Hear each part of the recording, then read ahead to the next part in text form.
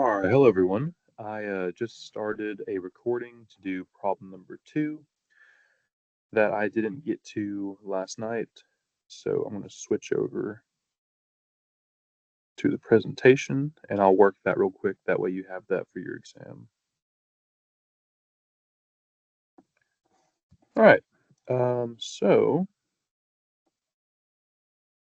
I'm going to, like I said, work problem 2. And I mentioned it just briefly last night, but I'll just kind of go through it again. The intro. So we got this disc, and it's attached to a shaft that's rotating at an angular velocity of omega, and it's in a container full of oil. So we got this figure down here in the middle of the screen. We know the disc's radius is r, and that the container is, like I said, filled with oil, but it's oil with a viscosity of mu. So we know the fluid property there. And then it also says to assume a linear velocity profile and to assume the disk is very thin. And then what we're looking for is we want to establish a formula for the torque that's caused by the fluid's viscosity. So what kind of torque is this fluid's viscosity imparting upon the disk? So this problem is very similar to the derivation that you were given in class, except for in class, the derivation was for just one. The fluid was only touching one side of the disk. In this case, the fluid is touching the top and the bottom of the disk, and so we're going to essentially take that derivation and multiply it by 2. And I'll reiterate that later on as we work this. Okay, so let me pick an ink color here. Okay. All right, so to start, I'm going to list my givens and what we're looking for reference. So given, we know that we have our angular velocity omega.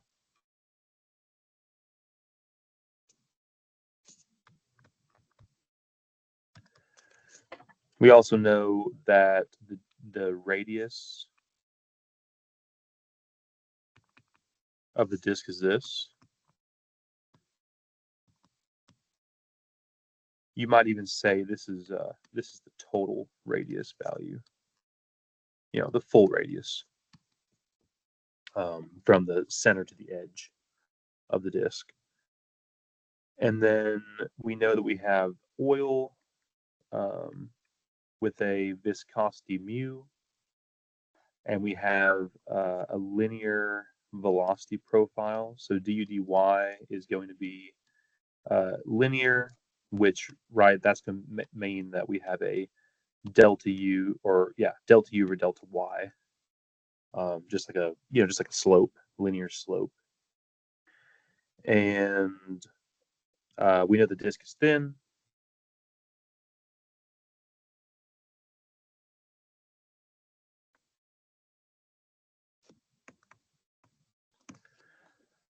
And so those are givens, and we also want to then find, oh, and I guess it's worth mentioning that in the figure, it says we have the thickness of the fluid is H.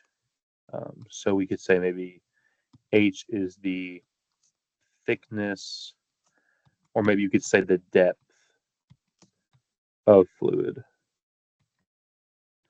That's not the problem statement itself, but it's on the figure there. So I'll point that out. Okay, so then for the find, we want to find a formula for the torque caused by the fluid's viscosity. So torque, I always denoted that as a capital T, but in the derivation it's M in the notes. So I'm going to use M in this case. Okay. So yeah, but that is torque. Okay. So, and I'll say caused by mu, the fluid viscosity.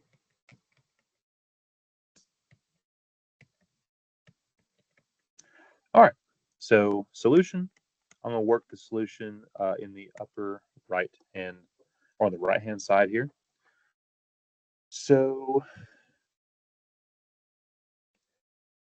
the way that you need to approach this is, let's start by writing the formula for torque. Okay, so torque M is equal to a force times a radius. I'm going to put a little r because this could be any radius. It doesn't have to be the full like radius of this disk, but just in general, a torque is a force times a radius. So then we would look at this disk, right, and say, okay, we're looking for a formula for torque. So how do we get a formula? Um, so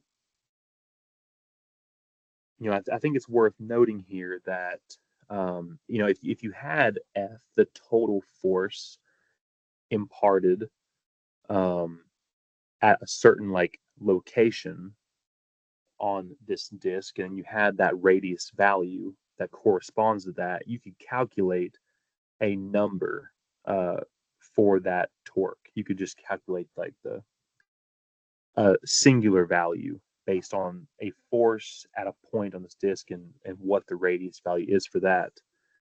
But that's not what we're looking for here, right? We want to derive a formula for the torque, and so that is going to require a different approach. And so what I mean by that is that we want to uh, change the way we think about this a little bit. And so instead of writing M, torque equals to F times R, we're going to write dm equals to df times R. And so this is now saying that instead of thinking about this disk in some sort of scalar or global format, um, maybe global is not the right word, but like a scalar, a singular point kind of mindset, we want to think about this disk as a general type of surface that has forces at all kinds of points, like infinite points along its surface, right? And there's all these radius values that correspond to these forces that give us all kinds of different uh, torques along the surface of this disk. So you could have a torque that's like near the center, and then one that's farther away towards the edge, and then one that's like in the middle, right? And so this formula is going to need to be kind of general and account for what is the torque anywhere on this disk. And so that's what we're getting at. We want to build this formula. So I figured I'd just give you that kind of intro, so hopefully that's clear, kind of why we're taking this approach. So uh, if I was to now draw a picture for you, then this is a top-down view of our uh, disk. With the center, the shaft is right there in the center, okay? And so if we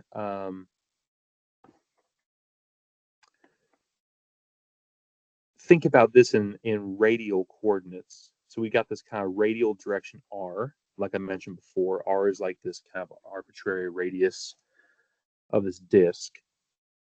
Then we can define, a radius like so. Okay, we can just draw a radius value. So that's just some radius value, and we can call that is radius r. So this is our direction, in the center with the arrow. This R I'm drawing on the picture is just an arbitrary radius value. So, okay. So then what we'll do is we'll rewrite our formula. Torque, the differential torque is equal to differential force times R. And now we know what that R is. And then what we can do is we can rewrite the force, that differential force, as a stress, shear stress in this case, right? Because we're rotating this disc in a fluid, so shear stress, multiplied by a differential area. And that'll give us a differential force. And then we multiply that by R to get our torque. Or our differential torque, I should say. Okay, so then you might say, okay, then what is that dA? What is differential area? So the differential area is going to be, if we have this ring, this radius value, I should say, which ends up looking like a ring, but we have this radius value, and we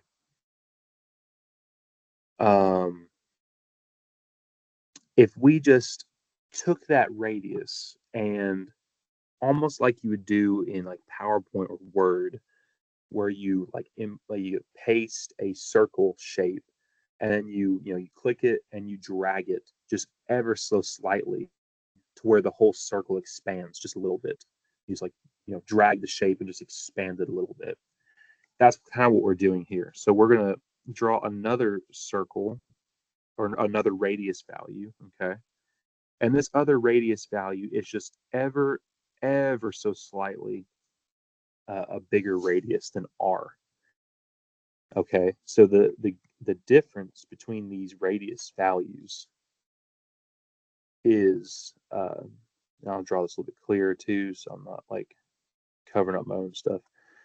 But so this gap here is dr. So this dr is like we took that radius and just slightly drug it, or just slightly like pulled it, and drug it just slightly out, just to make it just ever so slightly bigger radius. And so this new radius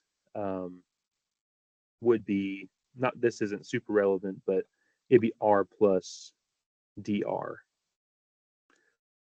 Right. This would be r plus dr. That's not really relevant to finding this area, but that's the idea. Okay. So we've had this radius, slightly drug it out, slightly just pulled the radius value slightly bigger. Now we have this dr. And we know that the circumference of a circle is 2 pi r. So dA is going to be the circumference of a circle, 2 pi r. And then we're multiplying the circumference by this very small differential gap, you might say, of dr. And that's our dA. So then that's going to lead us to, and let me kind of separate this away from the rest. Okay.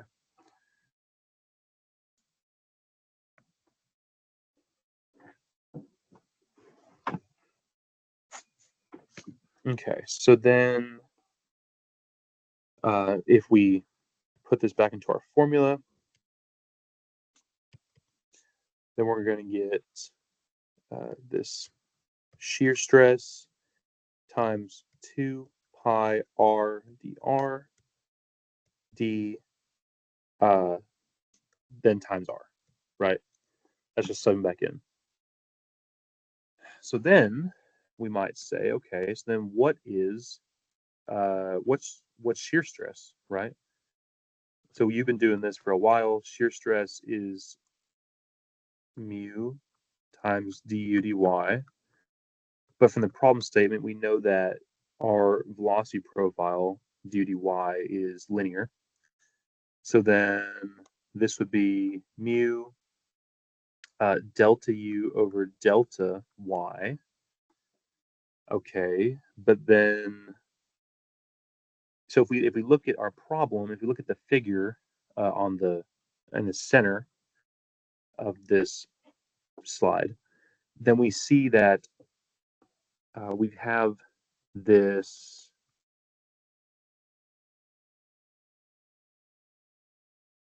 height value h, and maybe I can kind of expand this so it's easier to see.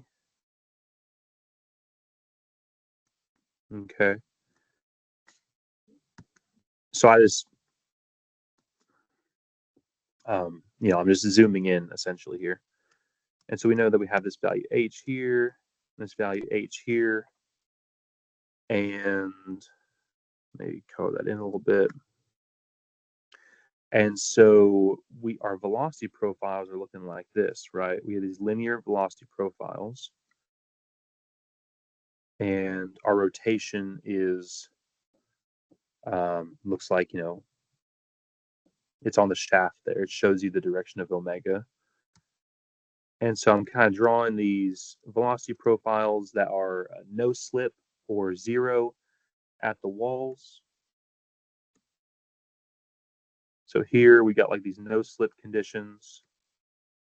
And then, this disk is spinning. And so we have a velocity, yeah, a velocity that's corresponding to that spin close to the walls of the disk. Okay, so if we think about that, then our velocity profile, going back here to the right hand side, is going to be mu times delta u is going to be u at the disk surface, and that's the u is like a linear velocity, right? Linear velocity at the disk surface, wherever that might be. And then we have minus 0. That's corresponding to that no slip condition on the other kind of side of that, the other extreme. And then we have our heights. So h is going to be at the disk, and 0 is the other extreme, the other end of that. So it's worth mentioning here that this form of this derivation is only for one side of this disk. I didn't mention that before, but we're only solving for one side right now. Okay, so you can think of this is 0, this is h, this is u, and then I already said that the no slip condition is that orange circle. So that's 0 velocity. Okay, so we got these two zeros, 0 velocity and 0 height, and we have our h value and u values there by the disk. All right, so if we rewrite our shear equation, we'll have mu u divided by h. Okay, so let's plug that back in. So this would be, maybe I'll go and switch pages real quick. So this would be dm is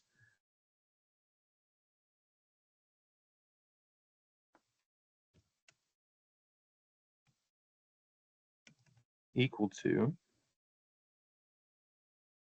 shear 2 pi r drr. Shear 2 pi r dr times r, where our shear is equal to mu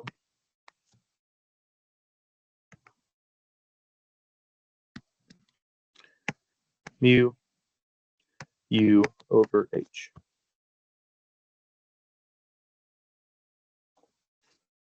Okay.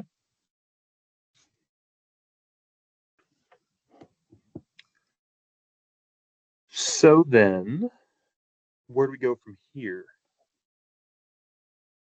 If we plug this in, then we're going to get um,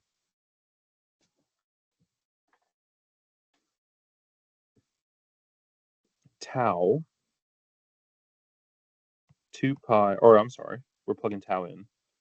So shear is this mu viscosity times linear velocity over h 2 pi r squared dr if you distribute that r value, the r variable.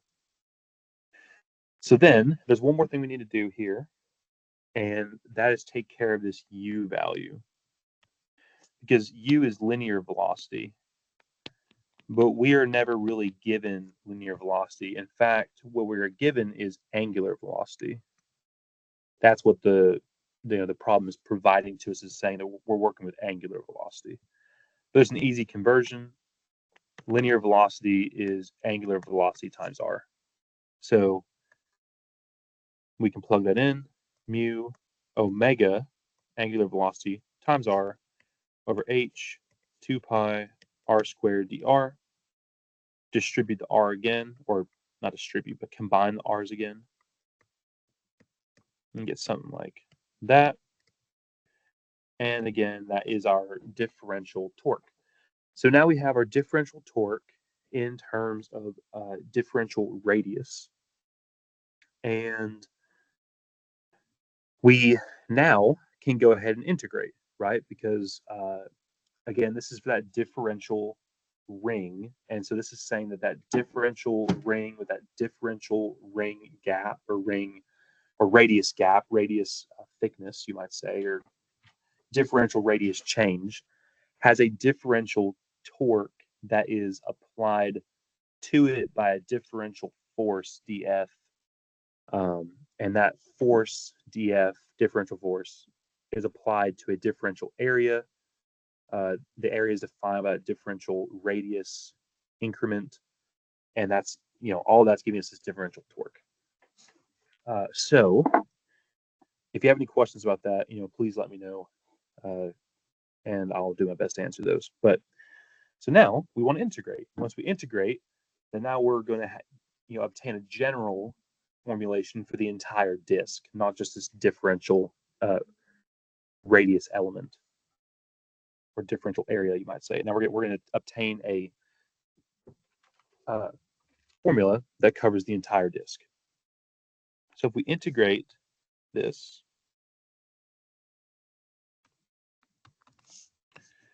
we're going to integrate from 0 to capital R, the middle of the disk, to the complete outer radius of the disk.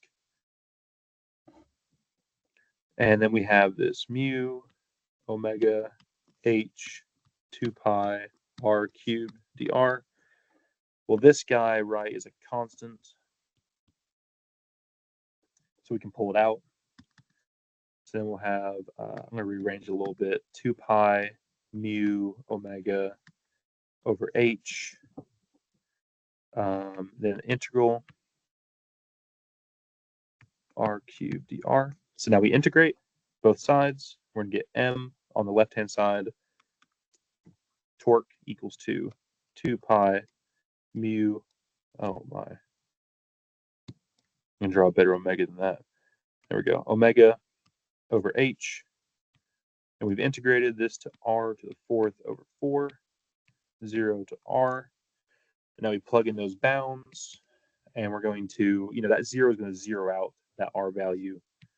But I'll write that out just because it's always good for me to see like the steps as much as I can. So capital R to the fourth over 4 minus 0 to the fourth over 4.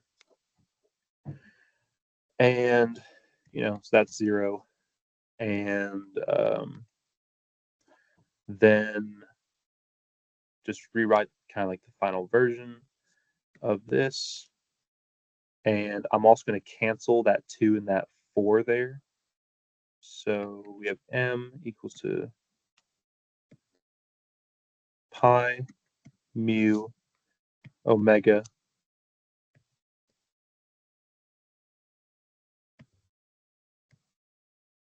omega over 2h r to the fourth.